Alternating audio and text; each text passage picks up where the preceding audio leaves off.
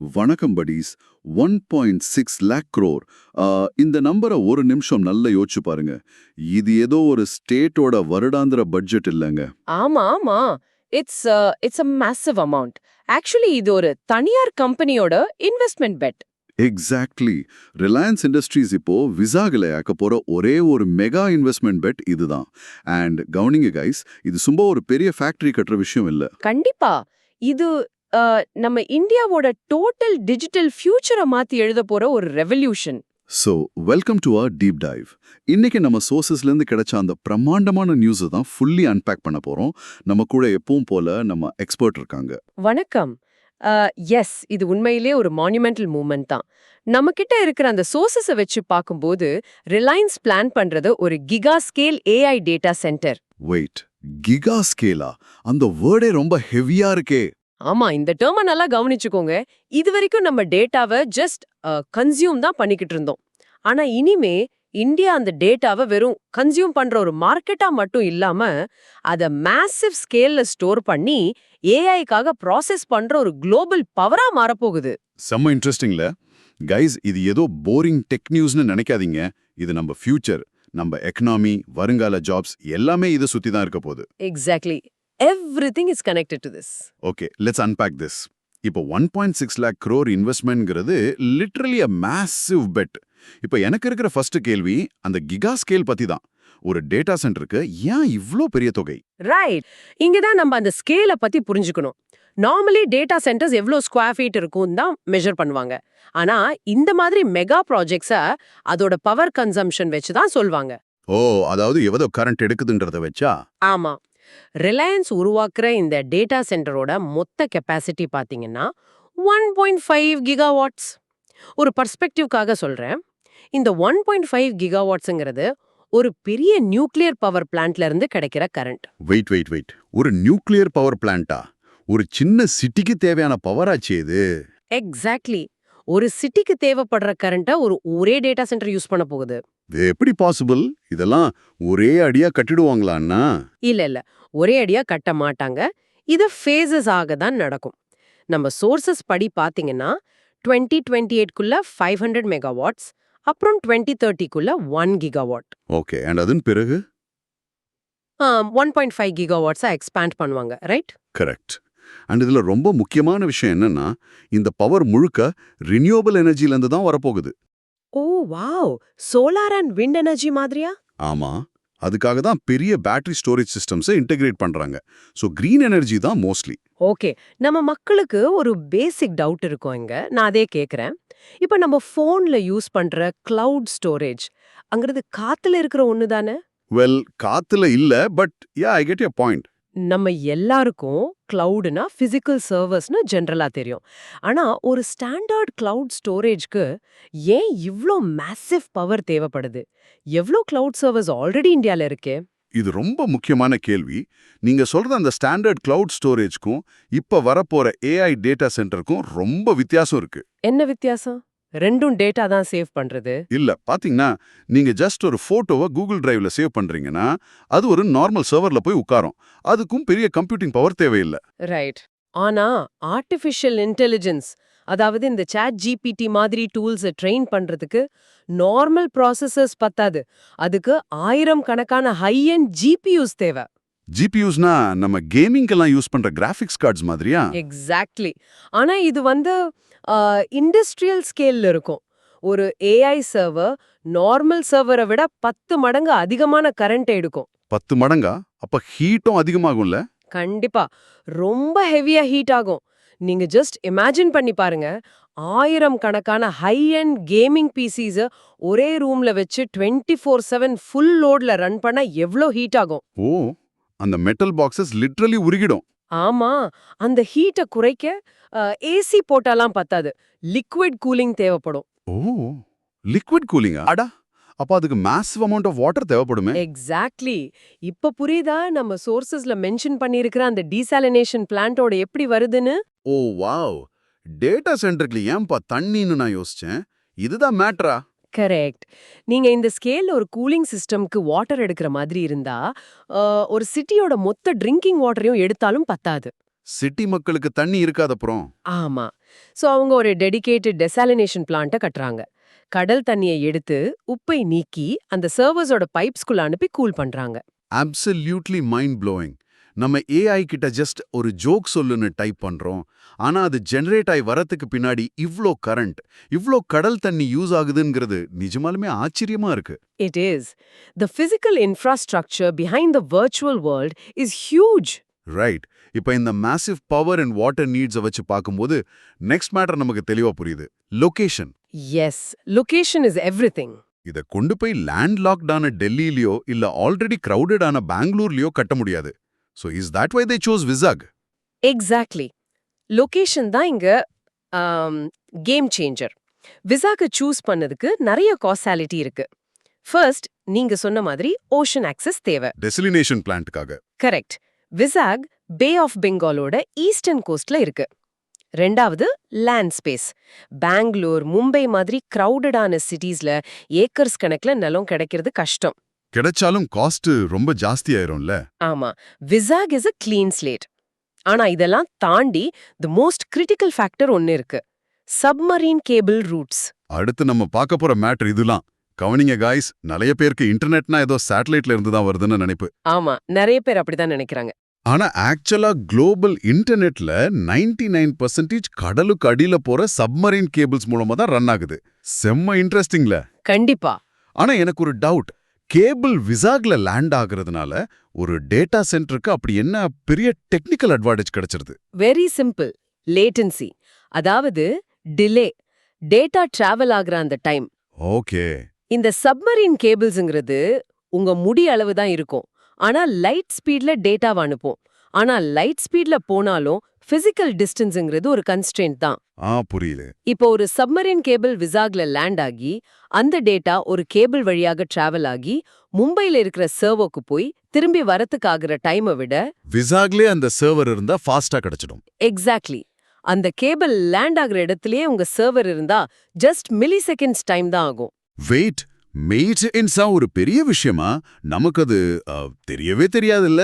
நம்ம நெட்ஃபிளிக்ஸ் பார்க்கும்போது தெரியாதுதான். ஆனா ஏஐ ப்ராசஸிங், டிரைவர்லெஸ் கார்ஸ், அப்புறம் இந்த high frequency stock market trading, இதுக்கெல்லாம் ஒரு மில்லி செகண்ட் டிலே கூட $1 மில்லியன் லாஸை உருவாக்கும். ஓஹோ வாவ்.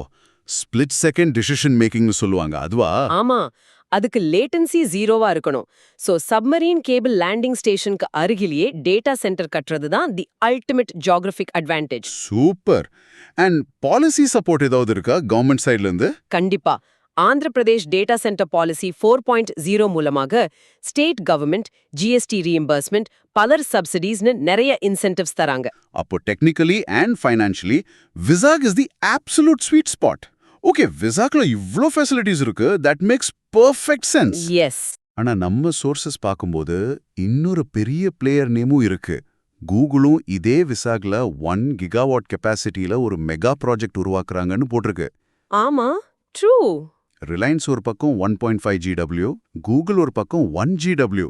இது ஏன், எப்படி ஒரு மக்கள் கூட்டம் மாதிரி டெக் ஜாயின்ஸ் எல்லாம் ஒரே இடத்துல கூட்டமா வராங்க? நல்ல கேள்வி. இது சும்மா கோஇன்சிடென்ஸ் இல்ல. எக்கனாமிக்ஸ்ல தான் அக்ளோமரேஷன் எக்கானமிஸ்னு சொல்லுவாங்க. அக்ளாமரேஷனா? அதாவது கிளஸ்டர் எஃபெக்டா? எக்ஸாக்ட்லி. நம்ம சோர்சஸ் படி பார்த்தா ரிலையன்ஸ், கூகுளை தவிர்த்து விசாக்ல டோட்டலா திட்டமிடப்பட்டுள்ள மற்ற டேட்டா சென்டர்களின் கெப்பாசிட்டி சுமார் 5.6 GW. 5.6ஆ? உலகமே அங்கதான் வரப்போகுது போல. இது எதுக்குன்னா, ஒரு இடத்துல இன்ஃப்ராஸ்ட்ரக்சர் டெவலப் ஆகிடும்போது புதுசா வர கம்பெனிஸ் அந்த ஈகோசிஸ்டமை யூஸ் பண்ணி காஸ்ட்டை குறைக்கலாம், ரைட்? ஆமா, அதுதான் கோர் கான்செப்ட். இதை நான் நம்ம மக்களுக்கு புரியுற மாதிரி ஒரு அனாலஜி வச்சு சொல்றேன். நம்ம ஊர்ல ஒரு பெரிய ஃபேமஸான பிரியாணி கடை திறந்தா வச்சுக்கோங்க. ஓகே. ஒரு மாசத்துல பார்த்தா அதை சுத்தி 10 ஜூஸ் கடை, ஸ்நாக்ஸ் கடை, பான் பீடர் ஷாப்னு தானே வந்துரும். ஆமா, கரெக்ட். ஏன்னா அந்த ஃபுட் டிராஃபிக்கை யூஸ் பண்ணி மத்தவங்களும் வளரலாம். அது ஒரு ஃபுட் ஸ்ட்ரீட் ஆயிடும். அது மாதிரி தான் இந்த டேட்டா சென்டர் ஈகோசிஸ்டமும், இல்லையா? கான்செப்சுவலி உங்க பிரியாணி ஷாப் அனாலஜி கரெக்ட் தான். ஆனா டெக் வேர்ல்ட்ல விஷயம் இன்னும் டீப்பான ஒன்னு. ஓ, எப்படி சொல்றீங்க? இங்க ஃபுட் டிராஃபிக் முக்கியம் இல்ல. இங்க ஷேர்டு இண்டஸ்ட்ரியல் இன்ஃப்ராஸ்ட்ரக்சர் தான் முக்கியம்.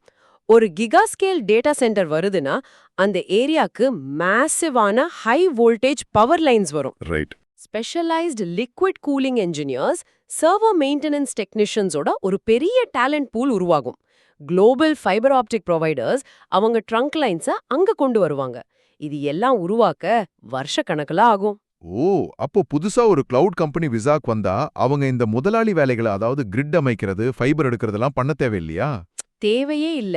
ஆல்ரெடி ரெடியா இருக்கிற சிஸ்டம்ல ஜஸ்ட் பிளக் இன் பண்ணிக்கலாம். ஹெவி லிஸ்டிங் தேவையில்ல. செம்ம brilliant. Cost reduction and efficiency ரெண்டுமே கிடைக்கும். ஆமா, Vizag is ready for hyper ஸ்கேல்ங்கிற கான்ஃபிடன்ஸ உலகத்துல இருக்கிற டாப் கிளவுட் பிளேயர்ஸ் எல்லாருக்கும் வந்துருச்சு. சோ அவங்க ஆட்டோமேட்டிக்கா அங்க மூவ் ஆகுறாங்க. So what does this all mean? Infrastructure ready, location தெளிவா தெரிஞ்சிடுச்சு, கிளஸ்டர் ஃபார்ம் ஆகுது. எஸ். ஆனா as a காமன் மேன் எனக்கு இன்னும் ஒரு ஃபண்டமெண்டல் கேள்வி இருக்கு. இப்போ ஏன் இது இவ்ளோ அவசரமா நடக்கணும்? Why now? அது ரொம்ப வேலிடான கேள்விதான். நம்ம எப்பவுமே டேட்டா யூஸ் பண்ணிக்கிட்டு தானே இருக்கோம். திடீர்னு எதுக்காக இந்தியாவுக்கு இவ்ளோ பெரிய டேட்டா சென்டர்ஸ், அதுவும் கிகா ஸ்கேல்ல தேவைப்படுது? இதுதான் ஆக்சுவலி கோர் இஷ்யூ. நீங்க அந்த டேட்டா இஸ் த நியூ ஆயில்ங்கிற ஃப்ரேஸை கேள்விப்பட்டிருப்பீங்கல்ல? ஆமா, ரொம்ப ஃபேமஸான கூட்டாச்சே. இப்போ டேட்டா தான் உலகத்தோட வலியான ஃபியூவல். ஆனா பூமியில இருந்து எடுக்கிற கச்சா எண்ணெய, அதாவது க்ரூட் ஆயில நீங்க அப்படியே கார்ல ஊத்தி ஓட்ட முடியுமா? கண்டிப்பா முடியாது. அதை என்ஜினுக்கு தகுந்த போல ரிஃபைன் பண்ணணும். எக்ஸாக்ட்லி. அத சுத்திகரிக்க ரீஃபைனரிஸ் தேவை. டேட்டா சென்டர்கள் தான் இந்த புதிய ஆயில சுத்திகரிக்கும் ரீஃபைனரிஸ். நம்ம ரா டேட்டாவை ப்ராசஸ் பண்ணி அதை யூஸ்ஃபுல்லான இன்சைட்ஸா, ஏஐ மாடல்ஸா மாத்துற இடம் இந்த சென்டர்ஸ் தான். Oh, data is the new oil and data centres are the refineries. What a way to put it. ஆமா. அண்ட் நீங்க டேட்டா அந்த ஒய் நவ் கேள்விக்கு வர்றோம். இந்தியா இப்போ ஒரு ஹியூஜ் டேட்டா எக்ஸ்ப்ளோஷன்ல இருக்கு. என்ன மாதிரி எக்ஸ்ப்ளோஷன்? நம்ம யூபிஐ டிரான்சாக்ஷன்ஸ் யோசிச்சு பாருங்க. தெரு ஓரத்துல இருக்கிற டீ கடையில இருந்து தொடங்கி எல்லாமே டிஜிட்டல் ஆயிடுச்சு. ஆமா, டெய்லி கோடிக்கணக்கான பேரு ஓடிடில 4K மூவி ஸ்ட்ரீம் பண்றாங்க, 5G யூஸ் பண்றாங்க. இது ஒன்னு. ரெண்டாவது, ஏஐயோட சடன் பூம். ஒரு நார்மல் சர்ச் என்ஜின் குவெரியை விட ChatGPT மாதிரி ஏஐ குவெரிக்கு கம்ப்யூட்டிங் பவர் ரொம்ப ரொம்ப ஜாஸ்தி தேவைப்படுது. ஓ, அப்போ இந்த ஹெவி டிமாண்ட சமாளிக்க நம்ம எக்ஸிஸ்டிங் சர்வர்ஸ் பத்தாதுன்னு சொல்றீங்க. எக்ஸாக்ட்லி. ஓகே, யூசேஜ் அதிகமாயிடுச்சு, அக்செப்டபிள். ஆனா நம்ம சோர்சஸ்ல இன்னொரு டெக்னிக்கல் வேர்ட் பார்த்தேன், டேட்டா லோக்கலைசேஷன். ரொம்ப முக்கியமான டாபிக். ஆர்பிஐயும் மைட்டியும் ஒரு ஸ்ட்ரிக்டான ரெகுலேஷன் போட்டிருக்காங்கன்னு போட்டிருக்கு. இந்தியாவோட sensitive data, mainly banking details எல்லாம் இந்தியாக்குள்ள தான் ஸ்டோர் பண்ணி வைக்கணும்னு. ஆமா, இதை கேட்கும்போது எனக்கு ஒரு கவுண்டர் தாட் வருது. சொல்லுங்க, என்ன தோணுது? இப்ப இன்டர்நெட்ங்கிறது குளோபலா தானே. ஆன்லைன்ல எங்க இருந்தா என்ன, அமெரிக்கால இருக்கிற சர்வர்ல நம்ம டேட்டா இருந்தாலும் நம்ம இன்டர்நெட் மூலமா ஆக்சஸ் பண்ணிக்கலாம்ல. எஸ், ஆக்சஸ் பண்ணலாம். ஆனா ஆர்பிஐ ஏன் நம்ம டேட்டாவை இங்கேயே, அதாவது நம்ம நாட்டுக்குள்ளேயே வச்சுக்கணும்னு இவ்ளோ ஸ்ட்ரிக்ட்டா சொல்றாங்க? இது வெறும் டெக்னிக்கல் எஃபிஷியன்சி கேள்வி மட்டும் இல்ல. இது actually national security and sovereignty problem. ரெண்டையுமே பார்ப்போம். First, efficiency. ஓகே. நம்ம இப்போ 5G அண்ட் எட்ஜ் கம்ப்யூட்டிங் யுகத்துக்கு மாறிக்கிட்டு இருக்கோம். எட்ஜ் கம்ப்யூட்டிங்னா என்னன்னா, டேட்டாவை யூசருக்கு எவ்வளோ பக்கத்துல ப்ராசஸ் பண்ண முடியுமோ அவ்வளோ பக்கத்துல பண்றது. ஓ, ஸ்பீடுக்காக. ஆமா. நீங்க உங்க பேங்கிங் ஆப்ல ஒரு கிரிட்டிக்கல் டிரான்சாக்ஷன் பண்றீங்க. அது அமெரிக்கா சர்வருக்கு போய் வெரிஃபை ஆகி வரதுக்கு ஒரு லேக் இருக்கும். லோக்கலா இருந்தா 0 லேக். That makes sense. ஆனா இதை விட முக்கியமான பாயிண்ட் 2 இருக்கு. Security. Security in what sense? Hack ஆயிடுமாமா? ஹேக் ஆகுறது ஒரு பக்கம், ஆனா ஜூரிஸ்டிக்ஷன் தான் இங்க மெயின் இஷ்யூ. ஜூரிஸ்டிக்ஷனா? புரியலையே. நம்ம மக்களோட banking details, health records, biometrics இது எல்லாம் ஃபாரின் சாயில்ல இருந்தா அந்த கண்ட்ரியோட லாஸ் அண்ட் கோட்ஸ் தான் அதை கட்டுப்படுத்தும். ஓ, வெயிட். இப்போ ஒரு ஜியோ பொலிட்டிக்கல் இஷ்யூ வருது. ஒரு ஃபாரின் கண்ட்ரி இந்தியா மேல சாங்ஷன்ஸ் போடுறாங்கன்னு வைப்போம். ஓகே. அவங்க திடீர்னு நம்ம டேட்டாவை நம்ம ஆக்சஸ் பண்ண முடியாத மாதிரி பிளாக் பண்ணா நம்ம மொத்த ஃபைனான்ஷியல் சிஸ்டமும் ஃப்ரீஸ் ஆயிடும். ஆஹா, இது எப்படி இருக்குன்னா, நம்ம வீட்டு பீரோ சாவியே பக்கத்து வீட்டுக்காரன் பாக்கெட்ல வச்சுட்டு நிம்மதியா தூங்க நினைக்கிற மாதிரி இருக்கும். Super analogy. ஆமா, எக்ஸாக்ட்லி அதேதான். ஒரு சண்டை வந்தா அவன் சாவியை தரமாட்டான், நம்ம காசு நமக்கே கிடைக்காது. அப்போ நம்ம டிஜிட்டல் லாக்கரை நாமே தான் நம்ம வீட்டுக்குள்ள உருவாக்கணும். சரியான புரிதல். இததான் டெக் வேர்ல்டுல டிஜிட்டல் சாவரனிட்டின்னு சொல்லுவாங்க. Digital sovereignty. ஓகே. நம்ம டேட்டா நம்ம கட்டுப்பாட்டுல, நம்ம ஆர்பிஐ அண்ட் கவர்மெண்ட் ரெகுலேஷன்ஸ்குள்ள இருக்கணும். ஃபாரின் என்டிட்டி நம்ம டேட்டாவை ஹாஸ்டேஜ் ஆக்க கூடாது. வாவ். இத பேஸ் பண்ணி தான் நம்ம சோர்சஸ்ல மென்ஷன் பண்ணியிருக்கிற அடுத்த பெரிய ஸ்ட்ராட்டஜிக்குள்ள நம்ம போகணும். இது ஆக்சுவலி ஒரு global chess game. Okay, here's where it gets really interesting. Data centres பத்தி பேசிட்டு இருந்தோம். இப்போ குளோபல் செஸ் கேம், ஜியோ பாலிட்டிக்ஸ்னு போறோம். Let's dig into that. Sure. Vizag data சென்டர்ஸுக்கும் உலக அரசியலுக்கும் என்ன லிங்க்? நம்ம சோர்சஸ டீப்பாக ரீட் பண்ணி பார்த்தா சைனா +1 ஸ்ட்ராட்டஜின்னு ஒரு மேட்டர் கிளியரா தெரியும். ஆமா, இப்போ உலகத்துல எலக்ட்ரானிக்ஸ் மேனுஃபேக்சரிங்லயும் சரி, ஏஐ ஹார்ட்வேர் சப்ளை செயின்லயும் சரி, சைனா மிக உச்ச நிலையில இருக்கு. வெஸ்டர்ன் கம்பெனிஸ் அண்ட் டெக் ஜாயன்ட்ஸ் அவங்களோட குளோபல் டேட்டா ப்ராசஸிங்க்கு சைனாவை தான் ஹிஸ்டாரிக்கலி டிபெண்ட் பண்ணியிருக்காங்க. ஆமா, ஆப்பிள்ல இருந்து எல்லாமே அங்கதான் மேனுஃபேக்சர் ஆகுது. அதே நமக்கு தெரியுமே. ட்ரூ. ஆனா இப்போ இருக்கிற geopolitical tensions, trade wars and most importantly IP theft கன்சர்ன்ஸ்னால அமெரிக்கா அண்ட் யூரோப் கண்ட்ரீஸ் சைனாக்குள்ள அவங்களோட கோர் ஏஐ டெக்னாலஜிஸை வைக்க பயப்படுறாங்க. ஓ, டெக்னாலஜியை திருடிடுவாங்கன்னு பயமா? ஆமா, அண்ட் திடீர்னு ஒரு ட்ரேட் எம்பார்கோ வந்தா மொத்த ஏஐ ப்ராசஸிங்கும் நின்னுடும். சோ வெஸ்டர்ன் கம்பெனிஸ் எல்லாம் சைனாவை தவிர குளோபல் ஸ்கேல்ல டேட்டாவை ப்ராசஸ் பண்ணக்கூடிய இன்னொரு சேஃபான ஈகோசிஸ்டம் தேடுறாங்க. ஓகே, அந்த ஆல்டர்னேட்டிவ் யாரு? அந்த ஆல்டர்னேட்டிவ் இந்தியாவா மாறணும்னு நம்ம கவர்மெண்ட் நினைக்கிறாங்க. எக்ஸாக்ட்லி. நீங்க உங்க மேசிவ் ஏஐ ப்ராசஸிங்க சைனால பண்ண பயப்படுறீங்களா? கவலைப்படாதீங்க, எங்க கிட்ட விசாக் இருக்கு, 1.5 கிகாவாட்ஸ் ஆஃப் கிரீன் எனர்ஜி இருக்கு, ரோபஸ்ட் ஈகோசிஸ்டம் இருக்கு, அண்ட் இம்பார்ட்டன்ட்லி நாங்க ஒரு ஸ்டேபிள் டெமோக்ரஸின்னு நம்ம உலகத்துக்கு ஒரு மெசேஜ் பாஸ் பண்றோம். Am I getting it right? 100% correct. Digital India will not be borrowed, it will be built right here. Wow, what a powerful line. நம்ம வெறும் ஃபாரின் கம்பெனிஸ்க்கு ஐடி சப்போர்ட் பண்ற back and ஆஃபீஸா மட்டும் நம்ம நாட்டை நினைக்கல. உலகத்தோட டேட்டாவை ப்ராசஸ் பண்ற கோர் பிசிக்கல் ஹார்ட்வேர் ஹப்பாக, ஒரு ஆல்டர்னேட்டிவ் எபிசென்டராக இந்தியாவை மாத்த நினைக்கிறோம். அண்ட் அதுக்கான ஃபண்டமெண்டல் இன்ஃப்ராஸ்ட்ரக்சர் தான் இந்த ரிலையன்ஸோட 1.6 lakh crore இன்வெஸ்ட்மெண்ட்ல. ஆமா, இது லட்சக்கணக்கான டைரக்ட் அண்ட் இன்டைரக்ட் ஜாப்ஸை ரீஜனலாக கிரியேட் பண்றது மட்டும் இல்லாம உலக அரசியல்ல இந்தியாவோட பார்கெனிங் பவரை பல மடங்கு அதிகரிக்கும். செம்ம. இதை கேட்கும்போது ரொம்ப பெருமையா இருக்கு.